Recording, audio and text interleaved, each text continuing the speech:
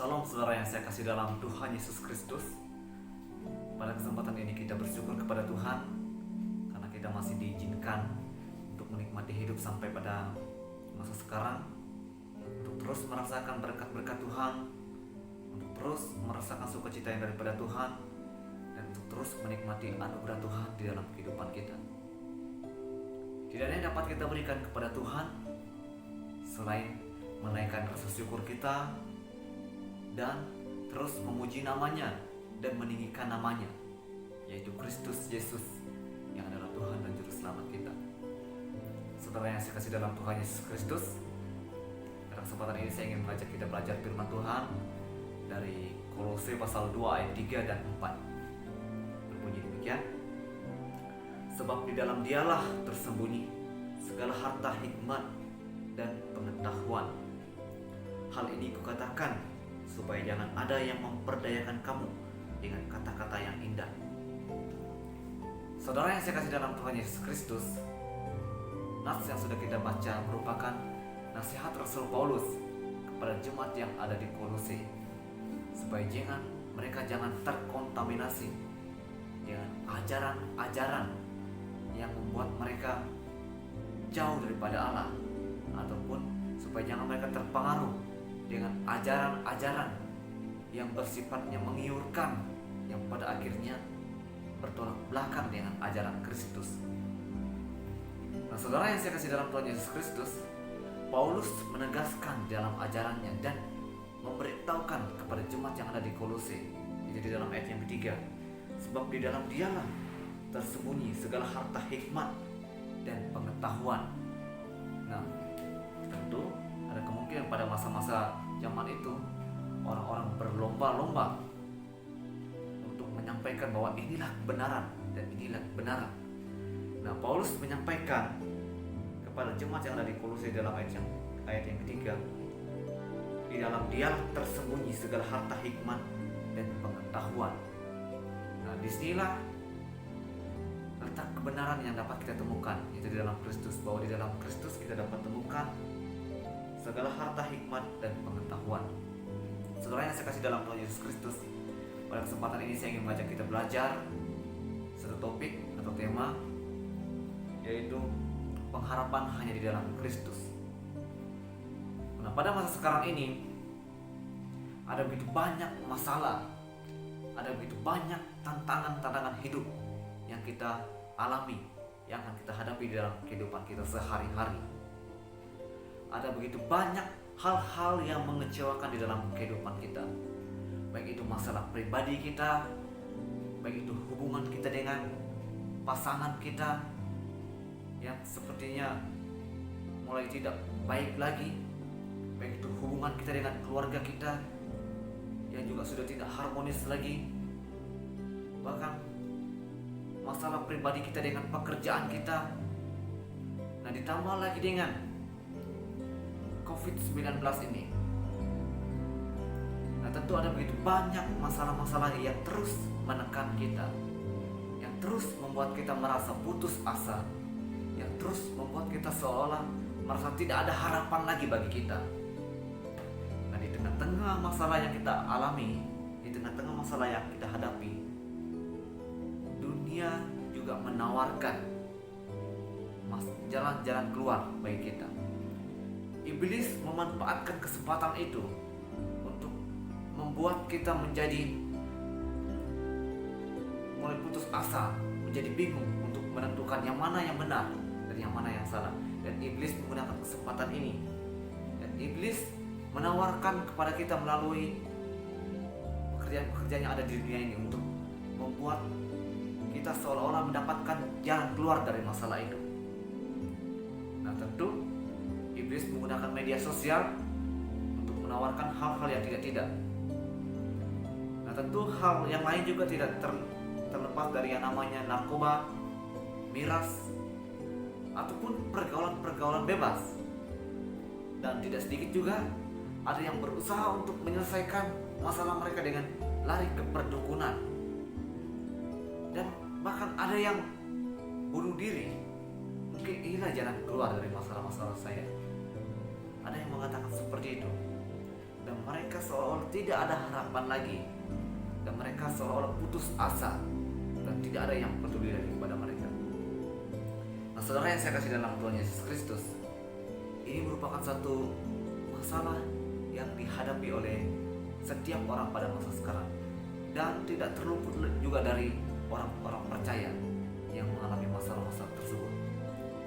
Tetapi satu hal yang perlu kita ketahui, seperti nasihat Rasul Paulus kepada jemaat yang ada di Kolose, yaitu supaya jangan ada yang memperdayakan kamu dengan kata-kata yang indah. Saya pikir ini cukup relevan bagi kita masa sekarang untuk perlu mengetahui Allah kita, yaitu Yesus Kristus. Untuk perlu memahami bahwa di dalam Kristus Yesus ada harapan bagi kita sebagai orang-orang yang percaya kepadanya. Nah, saudara yang saya kasih dalam Tuhan Yesus Kristus, kita perlu ketahui bahwa Kristus sudah datang ke dunia ini untuk menebus dosa saya dan menebus dosa saudara, untuk memberikan satu harapan bagi saya dan saudara. Satu hal yang perlu kita ketahui, satu hal yang perlu kita lakukan di saat kita sedang mengalami masalah-masalah yang begitu berat, yang membuat kita merasa depresi, yang membuat kita merasa tertekan, membuat kita merasa putus asa, yaitu kita perlu datang kepada Dia, yaitu kepada Yesus Kristus. Dia mengatakan di dalam Matius pasal 11 ayat 28, marilah kepadaku semua yang letih lesu dan berbeban berat. Jadi ada tawaran dari Dia, juru selamat kita, yaitu Yesus Kristus. Karena apa? Di dalam Dialah tersembunyi rahasia Allah, yaitu segala harta, hikmat dan pengetahuan. Tentu hal itu adalah bersifat kekal, dan ini perlu kita ketahui. Nah, saudara yang saya kasih dalam Tuhan Yesus Kristus, kita perlu berdoa kepada Tuhan. Kita perlu meminta kepadanya bagaimana agar kita dapat mengatasi masalah-masalah tersebut. Tidak ada doa orang-orang percaya yang tidak didengar oleh Tuhan. Dia Maha Tahu. Dia melihat kita dari tempat ketinggiannya. Dia mengetahui apa yang saudara alami. Dia mengetahui apa yang saudara rasakan. Dia mengetahui masalah-masalah yang saudara alami saat ini. Dan mungkin kita merasa, saya sudah berdoa kepada Tuhan, tapi kok Tuhan tidak mendengarkan doa-doa saya. Dan saya juga sudah berseru kepada Tuhan, tapi kok Tuhan tidak menjawab doa-doa saya. Nah, saudara yang saya kasih dalam Tuhan Yesus Kristus, kita adalah orang-orang yang sudah dibenarkan, dan kita tidak perlu takut lagi untuk terus berdoa kepada Tuhan. Mungkin kita merasa jauh saat kita berseru kepada Tuhan. Kita merasa seolah-olah Tuhan tidak mendengarkan doa saya.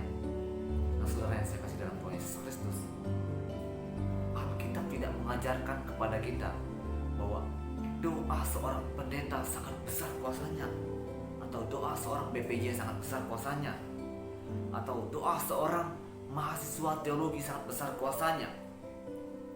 Tetapi Alkitab mengajarkan kepada kita bahwa doa orang benar sangat besarlah kuasanya. Itu yang dicatat di dalam Yakobus pasal 5 ayat 17. Bukankah kita adalah orang-orang yang sudah dibenarkan oleh Allah? Kita sudah ditebus oleh Yesus Kristus. Dosa-dosa saya dan dosa-dosa saudara sudah ditebus oleh Kristus di kayu salib. Dan kita berhak untuk datang kepada Allah. Dan kita adalah orang-orang yang dikasihi oleh Allah.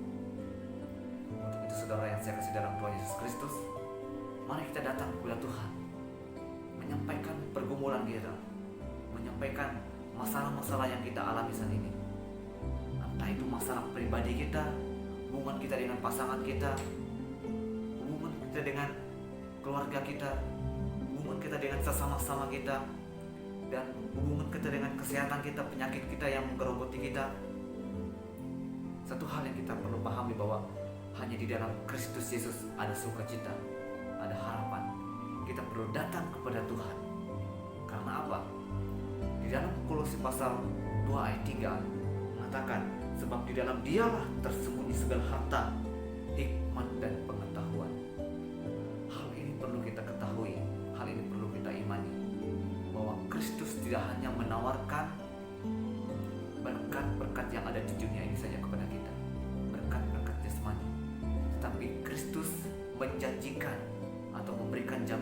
kita, yaitu berkat-berkat rohani ataupun berkat-berkat surgawi, jaminan kehidupan kekal bagi kita. Dan satu hal yang perlu kita ketahui bahwa di dalam Kristus Yesus kita sudah diselamatkan. Nah, saudara yang saya kasih dalam Tuhan Yesus Kristus, mari datang kepada Tuhan, datang kepada Kristus Yesus. Dialah Tuhan dan Juru Selamatmu, dan Dia mampu menyelesaikan masalah-masalah kita. Saat kita datang kepada Dia, saat kita berseru kepada Dia, Dia akan menjawab doa-doa kita. Satu hal yang perlu kita lakukan adalah kita perlu bersabar dan menantikan jawaban Tuhan atas doa-doa kita. Tentu semuanya itu butuh proses. Mengikut Tuhan butuh proses. Tidak segampang membalikkan telapak tangan. Tapi mengikut Tuhan pasti ada tangisan, ada air mata. Tetapi Tuhan mengizinkan kita mengalami itu semua adalah untuk mendewasakan kita. Nah, saudara yang saya kasih dalam Tuhan, semoga renungan ini dapat menguatkan kita dan dapat memberkati kita. Dimanapun saudara berada, percayalah Tuhan Yesus mengasihimu. Tuhan Yesus sudah mati di kayu salib untuk menanggung bebanmu, untuk menanggung dosa-dosamu. Dan Anda bisa datang kepada Tuhan, dan saudara bisa mempunyai hubungan yang intim dengan Tuhan, dan Tuhan akan memberikan damai sejahtera dan sukacita kepada saudara. Salam, Tuhan Yesus memberkati.